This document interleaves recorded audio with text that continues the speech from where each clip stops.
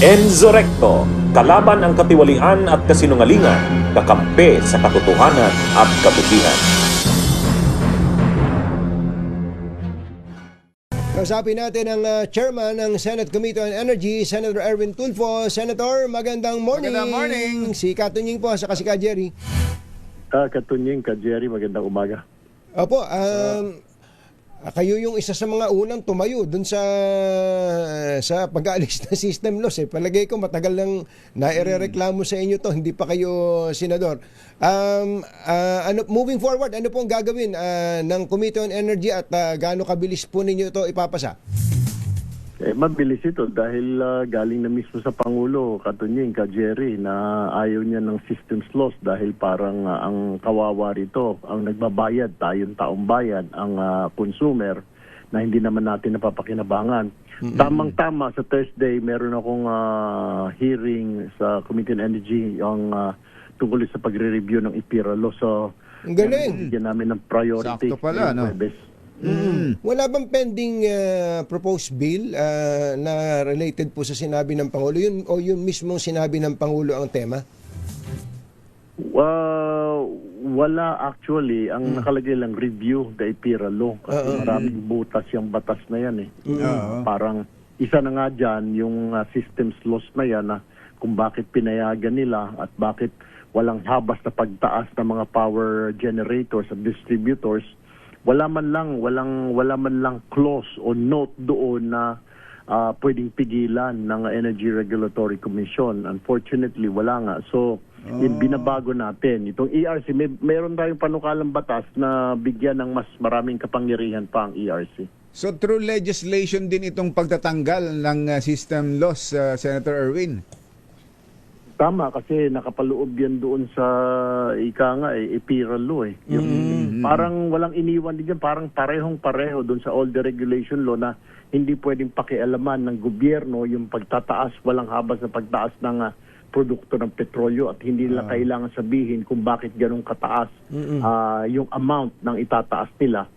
Parang the same yung IPIRA at saka yung all the regulation law. Yung pong systems loss kasi, parang tatanggapin na lang nating pikit mata no, tayo mga consumers. Meron ba kayong kahit paano may briefing na ba? Ano ba tong systems loss?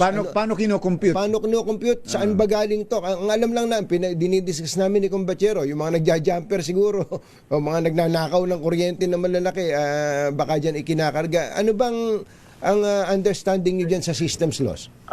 Ang systems loss, it's power na galing sa generator papunta sa distributor. And then yung distributor going doon sa mga bahay-bahay natin. So, kagaya ng Meralco. Pagkatapos, yung power na yon biglang nawawala, parang nag-evaporate. Maraming dahilan eh. Tama ka, yung nagja-jumper, nakakalibre sila. Or minsan talagang may power outage, mayroong nasira na linya, tapos tuloy-tuloy yung kuryente. Pero tayo nagbabayad. Ang magandang example dyan, Katunying, Ka Jerry, parang isang tindahan. Pag na-shoplift ka, nag-shoplift sa tindahan, charge mo ba sa susunod na customer? Pataasan mo yung presyo. O sa restaurant, dahil may mga nasayang, i-charge mo ba sa ibang mga customer dahil nasayang? Dapat hindi. So tama ang Pangulo, alisin na yan dahil kawawa yung taong bayan. Kaya nga nung banggitin ng Pangulo, nakita namin, napatayo kayong lahat doon. Pati kami napatayo kaya nga, naumpog nga lang ako, nasa sasakyan pala ako noon kaya nga, ang hinihintay kaagad ngayon, kailan yan? Sa tingin mo, Senator Erwin, kailan ang pinakamabilis na mararamdaman o masisimulan ng makita nating wala na sa bill ang system loss? Idadaan yan sa ilang hearing, Ka Jerry, Katunying, at pagkatapos i-sponsor natin sa floor yan. Hopefully ang pinakamaaga na kita natin towards early next year siguro dahil dadaan pa yung mga first reading, second reading, third reading. Pero may isang mabilis niya pag gusto. Pwede siyang maglagay ng EO, executive order. Ayun. EO na lang. Pwede yung EO? Kung pwedeng i-supersede niya yung batas, pero mukhang hindi yata dahil ika nga nakapaloob yan sa batas sa IPIRA law. So, hindi basta-basta. Baka So, sakali. titignan ko kung Baka pwede. paano ba. Baka pwede, oo. Parang interim, yung in the interim o habang wala pang legislation na konkreto, Oo. ay baka pwedeng makialam na through administrative action ang Tsaka Pangulo. teka, di ba tayo nasa ilalim pa rin ng energy Oo nga pala. emergency, national energy Tama. emergency? Hindi- Baka pwede Hindi yan. pa naman binabawi yun. Oo. Tama naman kayo, hindi pa binabawi yun ng Pangulo. So, ongoing yung ika nga national emergency. So sa Thursday po may hearing kagad ang Committee on Energy. Nako may energy pa ba nun? May impeachment. Baka wala. Pag Thursday kasi katunying ka-Jerry, walang impeachment Thursday, Friday. So, doon namin gagawin yung mga hearings namin Thursdays and Fridays. Opo. Okay, baka kasi pwedeng isama nyo na rin kung may a-attend po ng mga taga-electric cooperative o Ay, meron po. Meron kasi ang nangyari dyan katunying. Ka-Jerry, last week, inakulang kami ng oras sa mga nagsalita lang, puro mga nasa government agencies. Sa Thursday, halos lahat sila, Meralco, yung Aboitiz, lahat, mga electric cooperatives, sila naman ang maggagawa ng presentation. So, nilalatag na ho natin doon. I'm sure, narinig naman nila, mukhang hindi natutuwa talagang Pangulo sa Systems Loss Net natin, pati yung mga kababayan natin. So, the only way is alisin po yan. Opo. Ay, Hindi, teka muna. Ang systems loss ba sa distribution lang o mula sa generation papuntang transmission? Wala din daw sa generation, galing sa Anak ng bakang dalaga. Lahat pala sila merong systems loss. Paano ang hatian nun? Paano hatian ang kita sa system Ang loss? buhay to.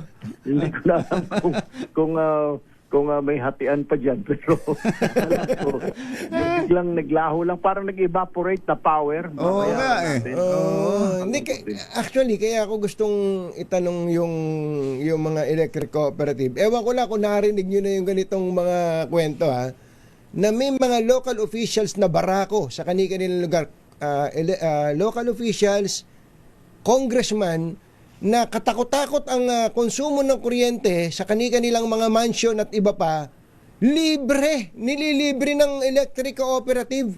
Tapos, Dahil, nakapasok sa systems loss? tapos dahil hinaharas ng mga ito, yung mga opisyal ng electric cooperative na karamihan, sila din ang nagpa-appoint o backer.